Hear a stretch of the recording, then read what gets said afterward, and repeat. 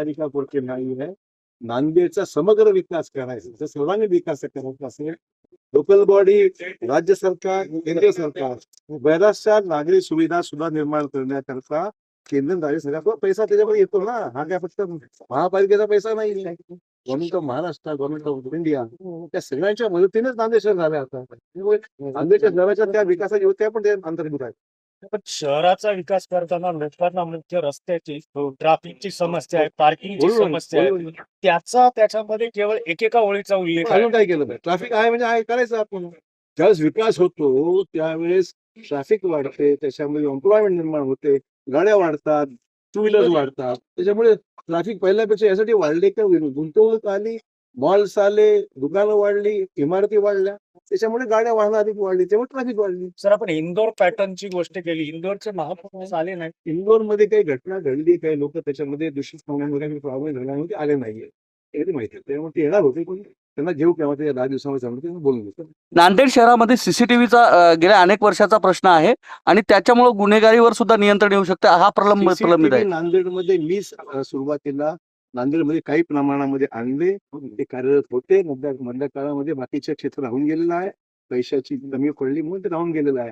आम्ही त्याला प्राधान्य देऊ आणि नांदेड शहराची सुरक्षितता ज्या ज्या गोष्टीची आवश्यकता आहे, पोलीस बंदोबस्त अधिक वाढवायचा असेल, एन्फोर्समेंट अधिक करायचं असेल, सीसीटीव्ही लावायचे असतील, ज्या ज्या ठिकाणी पूर्ण आमचा त्यातला एक फोकस चालू आहे. उमेदवारी अर्ज दाखल केलेला आहे, पण बरेचसे निष्ठावंतांनी त्याच्यामध्ये आमची यादी तुम्ही जर बारकाईने अभ्यास केला तर अभ्यास करा. तुमच्या अभ्यासाच्या अगोदर मी स्वतः तो अभ्यास करेन. त्याच्यामध्ये आम्ही जे भाजपाचे निवडून येण्यासारखे उमेदवार आहेत त्यांना शेवटी निकष काय निवडून येण्यासारखा आहे. आणि त्यामुळे भाजपाचे जे उमेदवार जे करून काम करत आहेत त्यांचा अंतर्भाव मोठ्या प्रमाणात आमच्या यादीमध्ये आहे, की सिद्ध करू शकतो. काही उमेदवारांनी पैसे घेऊन उमेदवारी दिल्याचा आरोप केला. कोणालाही पैसे मागितलेले नाहीत. कोण भाजप अशोक चव्हाणांची कारकीर्द गेल्या 50 वर्षाची आहे. सर, पूर्ण प्रभागामध्ये उमेदवार देता आले नाही. ज्या ठिकाणी आमचे उमेदवार निवडून यायची शक्यता दिली नाही, काय ना, ज्या ठिकाणी आम्हाला वाटतं की आमचा उमेदवार येणार नाही त्या ठिकाणी उमेदवार दिला नाही, इतरी गोष्ट. शिवसेनेसोबत कसा युती आम्ही सांगितलं ना, आम्ही 8 ते 10 जागा त्यांना देऊ केल्या होत्या.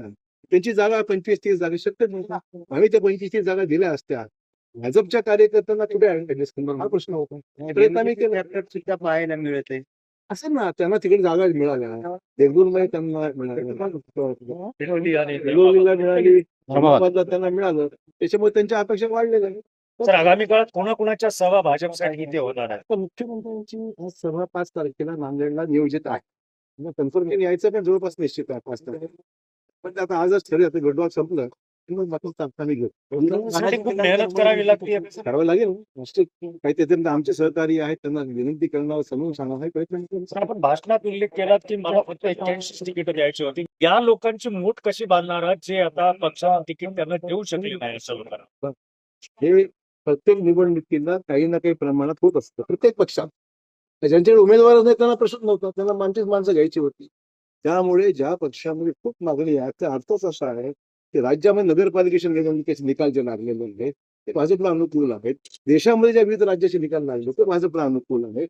आणि त्यामुळे मागण्यांची संख्या लोकांना दिसते की आता भाजपच येणार आहे, तर मागण्याची संख्या त्याच्यामुळे प्रचंड प्रमाणात झाली. महापालिकेत तुमची लढाई आहे कोण्या पक्षासोबत?